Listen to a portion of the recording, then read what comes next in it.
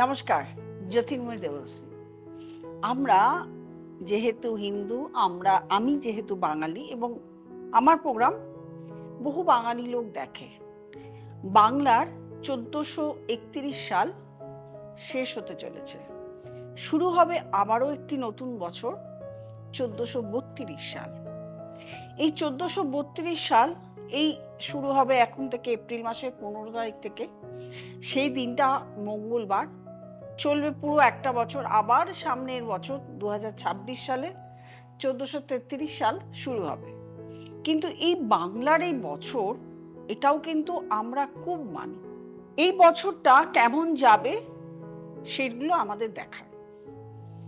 একটু আগে বলে নেব, যেমন রবি গ্রহ এই বৈশাখ মাসে প্রথম দিন থেকেই মেষ রাশিতে অবস্থান করে এবং বৈশাখ জ্যৈষ্ঠ মাসে চলে যায় বৃষ রাশিতে, আষাঢ় মাসে চলে যায় মিথুন রাশিতে।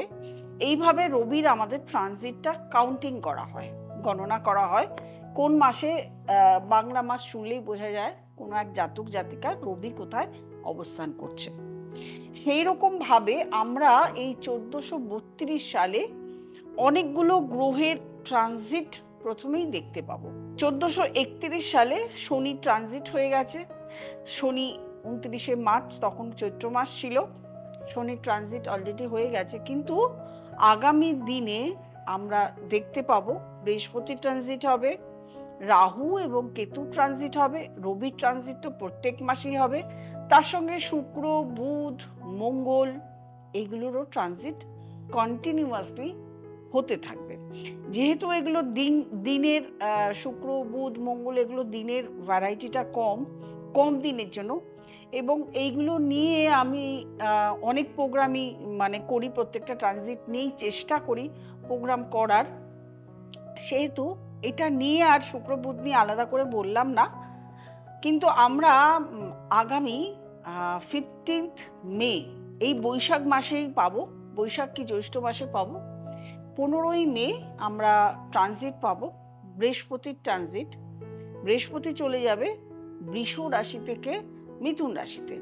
এই মিথুন রাশিতেই কিছুদিন থেকে আবার ২০ অক্টোবর চলে যাবে কর্কট রাশিতে। কর্কট রাশিতে এখানে মোটামুটি এই বছর বলতে ১৪৩২ সাল নয়, ২০২৫ সাল ডিসেম্বর অবধি এখানেই থাকবে।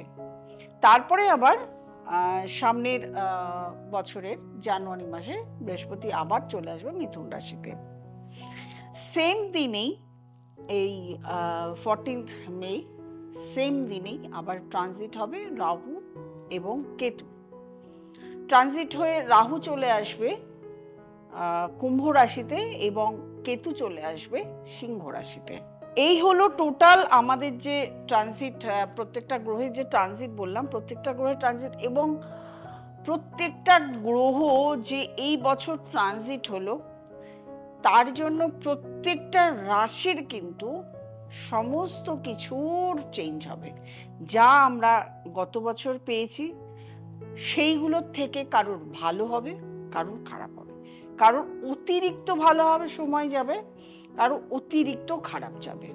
এগুলো তো হবেই, কারণ কারোর ৭.৫ শুরু হয়েছে, যেমন মেষ রাশির নতুনভাবে ৭.৫ শুরু হয়েছে। আবার কর্কট রাশি এবং বৃশ্চিক রাশি এই দুটো রাশির ঢাইয়া ছেড়ে গেছে। আবার ঢাইয়া শুরু হয়েছে সিংহ রাশি এবং ধনু রাশি। এই যে ঢাইয়া শুরু হয়েছে, যাদের ঢাইয়া শুরু হয়েছে তাদের যদি শনি ভালো থাকে এবং কর্ম ভালো থাকে, কর্মফল ভালো থাকে, তাহলে অবশ্যই তাদের ঢাইয়ার ফল ভালো পাবে। তারা খুব একটা ব্যাড এফেক্ট পাবে না। এবং তাদেরকে এই সময় সত্যিকারের, যাদের ঢাইয়া শুরু হয়েছে বা যাদের ৭.৫ চলছে, তাদের এই সময় পরিশ্রম বেশি করতে হবে, প্রচুর লেবার দিতে হবে, নিজের কাজের প্রতি ফোকাস দিতে হবে। আর অলসতা করলে চলবে না, সৎ পথে চলতে হবে এবং সমাজের জন্য কিছু করতে হবে। সমাজের জন্য যেটা করা, সেই সমাজের জন্য যদি কিছু করা যায় তাহলেই কিন্তু শনি দেবতা সন্তুষ্ট হবে। শনি দেবতার একমাত্র আরাধ্যা দেবী হলেন দক্ষিণা কালী।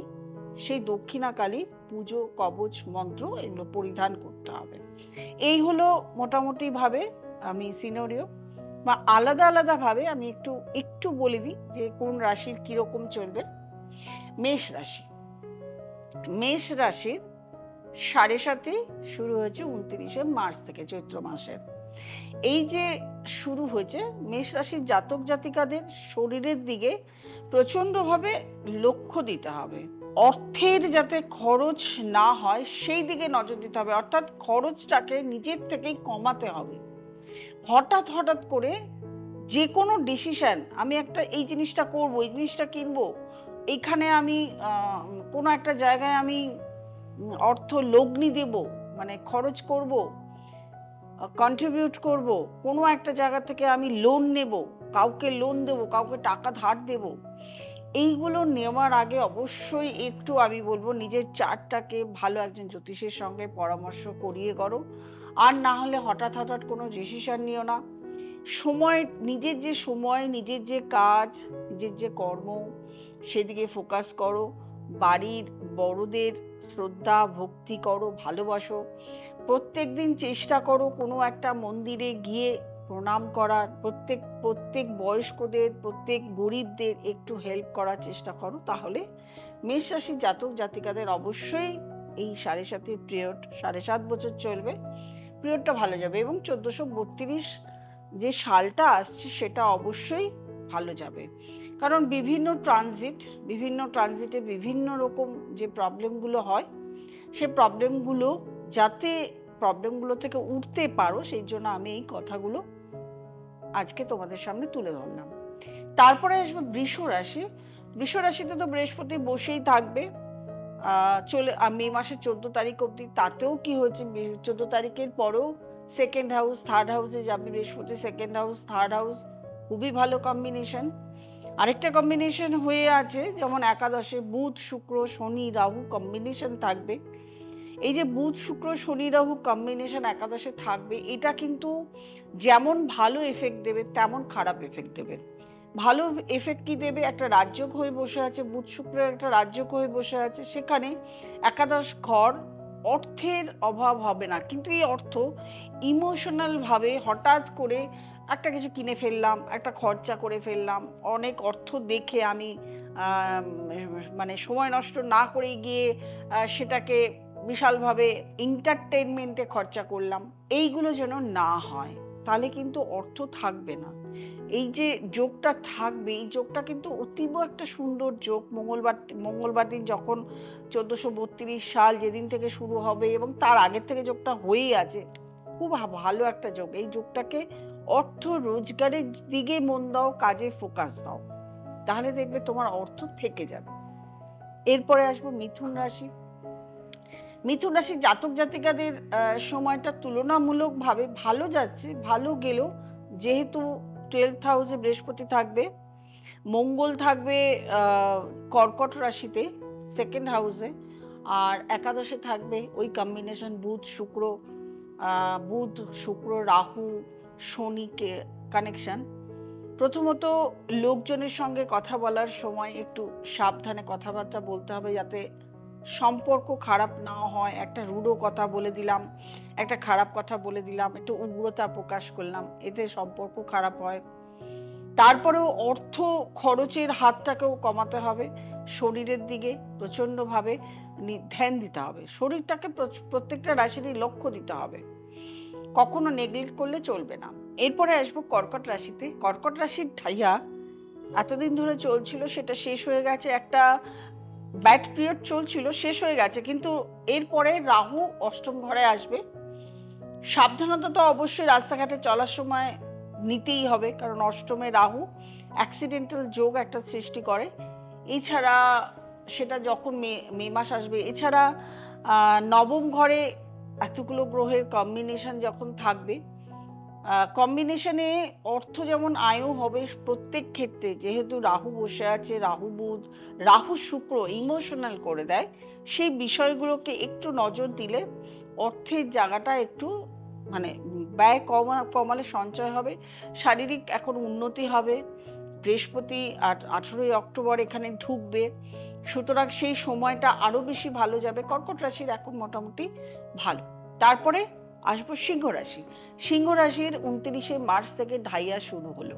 শারীরিক প্রথমত পা, কোমর এই সমস্ত দিকে ধ্যান দিতে হবে। শরীরের যে কোনো জায়গায় যে কোনো প্রবলেম আসতে পারে, আর্থিক প্রবলেম আসতে পারে, সাংসারিক প্রবলেম আসতে পারে, মেন্টালি একটা মানসিক একটা অশান্তির মধ্যে ডিসস্যাটিসফ্যাকশন আসতে পারে, এগুলোর দিকে একটু আসতে পারে, এগুলোর দিকে একটু ধ্যান দিতে হবে। কিভাবে এগুলো রেকটিফিকেশন করা যায়, নিজের কাজের দিকে ফোকাস দিতে হবে এবং প্রচণ্ড পরিশ্রম করতে হবে। এই সময়টা সৎ পথে চলতে হবে। অবশ্যই সমাজের জন্য কিছু করলে, আমি তো আগেই বলেছি যে এই রাস্তা থেকে ওঠা যায়। তাছাড়া সিংহ রাশির এমনিতেই তো একাদশে এখন বৃহস্পতি রয়েছে, খুবই ভালো কন্ডিশন।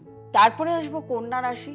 কন্যা রাশির জাতক জাতিকাদের এই সময়টা সপ্তম ঘরে যেহেতু রয়েছে এই কানেকশন, নবম ঘরে রয়েছে বৃহস্পতি, তো এই কন্যা রাশির জাতক জাতিকাদের যেমন একটা ভালো দিক চলছে তেমন একটা খারাপ দিকও চলছে।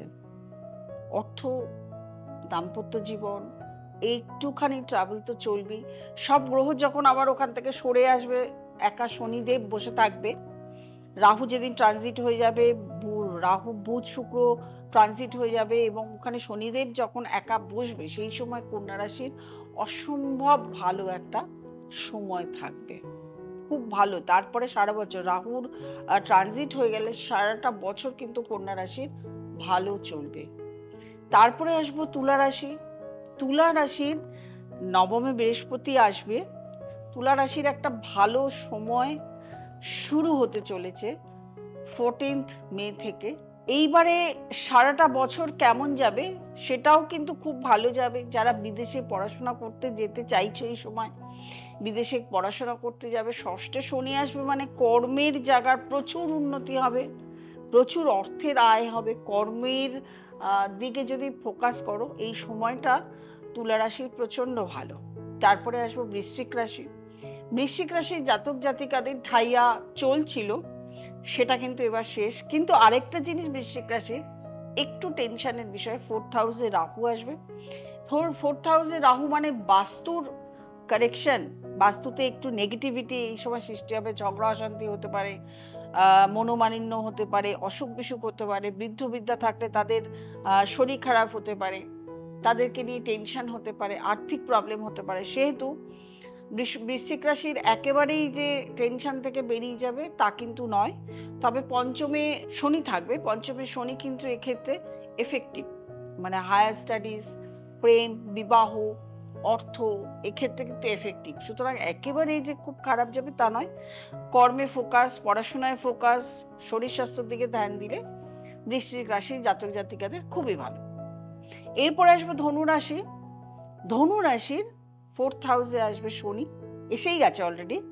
এই যে 4th হাউসে শনি শুরু হয়েছে ঢাইয়া, সুতরাং ঢাইয়ার ক্ষেত্রে বারবার কিছু বলার নেই। ঢাইয়া তো একটু প্রবলেমেটিক করেই।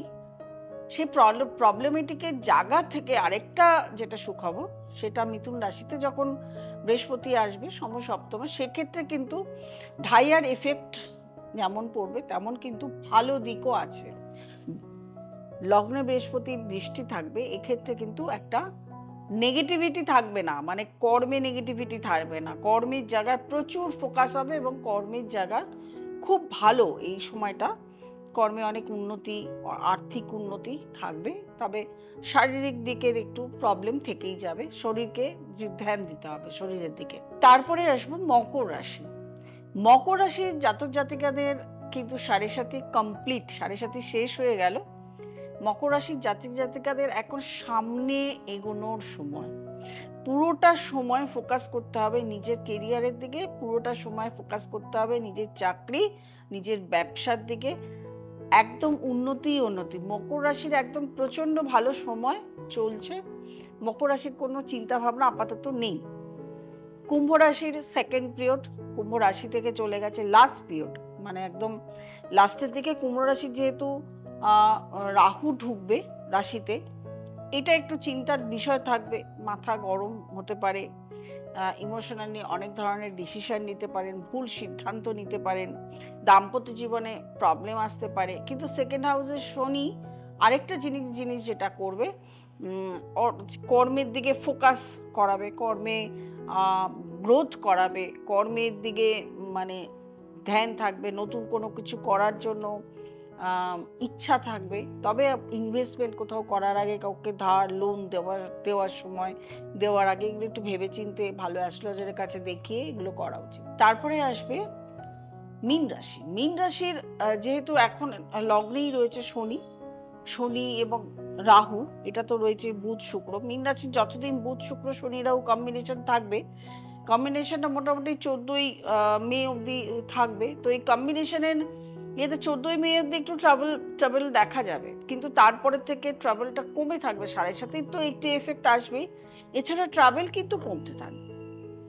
এবারে কথা হলো, আমি কয়েকটা রাশির ভালো বলেছি, আবার কয়েকটা রাশি খারাপ বলেছি। যারা প্রোগ্রামটা দেখছেন পুরোটাই, তারা বুঝবেন কাদেরকে ভালো বলছি, কাদেরকে খারাপ বলছি। এইবারে যাদের ভালো বলছি, অথচ দেখা যাচ্ছে যে আমি বলার পরেও আপনার খারাপ যাচ্ছে, তাহলে আপনার রাশিগতভাবে দশা অন্তর্দশা খারাপ চলছে। সুতরাং আপনার খারাপ চলছে মানেই সেটাকে ভালো করার জন্য একজন ভালো অ্যাস্ট্রোলজারের যোগাযোগ করা প্রয়োজন। আর যাদের খারাপ চলছেই, একদম চলছেই, যেমন 7.5 পিরিয়ড চলছে, তাদের তো খারাপ চলছেই, তারাও ভালো অ্যাস্ট্রোলজারের সঙ্গে যোগাযোগ করে নেবেন। যদি মনে হয় আমাকেও আমার সাথেও যোগাযোগ করতে পারেন। নিচে স্ক্রলে যে নাম্বারটি যাচ্ছে সেই নাম্বারটিতে ফোন করবেন, বুকিং করবেন, চেম্বারে চলে আসবেন, অথবা অনলাইন কনসালটেশন করাবেন। অনেকেই ভাবেন ফোন করেই সব কিছু জানা যায়, তা কিন্তু নয়। এগুলো তো ক্যালকুলেশনের বিষয়। আমি যেমন ডেট অনুযায়ী আপনাদেরকে আপডেট দিচ্ছি যে প্রত্যেকটা ডেটে এটা হচ্ছে, এগুলো হবে, সেরকমভাবে আপনার date of birth, time of birth, place of birth, এগুলো দিয়ে ক্যালকুলেশন। নিজস্ব ডেট অফ বার্থ না থাকলে তাহলে হাত দেখানোর জন্য আপনাকে চেম্বারে আসতে হবে। হাত একটা ছবি আপনি হোয়াটসঅ্যাপে পাঠিয়ে দিলেন, ওরকমভাবে হয় না। এটা অনেকে অবশ্য দেখে আজকাল, কিন্তু আমি পারি না, কারণ হাতের টাচ, এরকম স্পর্শ করেও হাতের একটা রাশি বোঝা যায়, কি রাশি কি হচ্ছে, কি তত্ত্ব, অগ্নিতত্ত্ব না জল তত্ত্ব, এটা বোঝা যায়। টাচেও অনেক কিছু হয়, এবং কালার, এবং তাছাড়া অনেক সূক্ষ্ম রেখা থাকে, সেগুলো কিন্তু দেখার একটা ভালোভাবে দেখানোর জন্য অবশ্যই হাত দেখা প্রয়োজন। রাশি লগ্ন ডেট অফ বার্থ থাকলেও তার হাত দেখা প্রয়োজন। তো সমস্ত কিছু বিচার ব্যবস্থার জন্য যাদের ডেট অফ বার্থ নেই, তারা অবশ্যই চেম্বারে যোগাযোগ করে চেম্বারে আসবেন। আর যারা নতুন প্রোগ্রাম দেখছেন, তারা অবশ্যই সাবস্ক্রাইব করবেন, লাইক করবেন, কমেন্ট করবেন, শেয়ার করবেন, এবং নোটিফিকেশন অল বেলটি প্রেস করতে ভুলবেন না। প্রত্যেকে ভালো থাকবেন। নতুন বছর আপনাদের সুখ সমৃদ্ধি বয়ে আনুক, এবং আপনারা সারাটা বছর হাসি খুশিতে থাকুন, আনন্দে থাকুন। নমস্কার।